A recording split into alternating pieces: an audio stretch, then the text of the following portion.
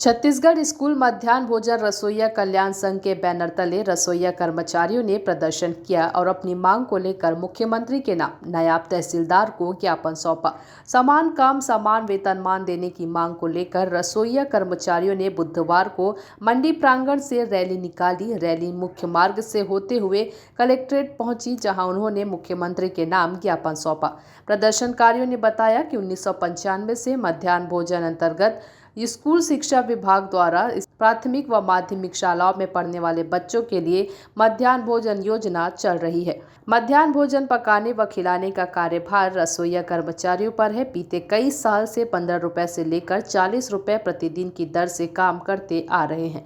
वर्तमान में 1200 रुपए मानदेय दिया जा रहा है। मानदेय में समय अनुसार बढ़ोतरी नहीं की गई। पूर्णकालिक कार्य के तरह ही 6 घंटा कार्य होने के बाद भी रसोइयों को न तो शासकीय नियमित कर्मचारी माना जाता है, न ही न्यूनतम वेतन मिलता है, जिसमें आज के महंगाई के समय में जीवन यापन करना मुश्किल हो रहा है।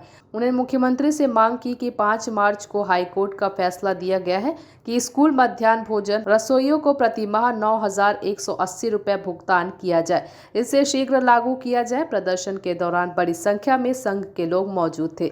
पखांजूर से विप्लव कुंडू की रिपोर्ट।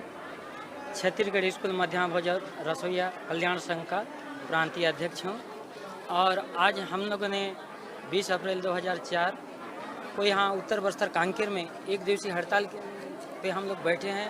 अभी 3 बजे से हम लोग इस हड़ताल से निकलकर हम अग्रसेन होते हुए कलेक्ट्रेट में 5 सूत्री मांग को लेकर हम रैली निकालेंगे और वहाँ जाने के बाद हम कलेक्टर जी को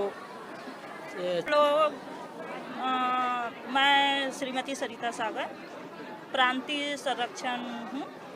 तो मैं सरकार को ये बताना चाहती हूँ कि उन्हीं का नियम है कि जो कलेक्टर दर से कम रोजी दिया जाता है, वो मतलब ये असंभव नहीं है ना।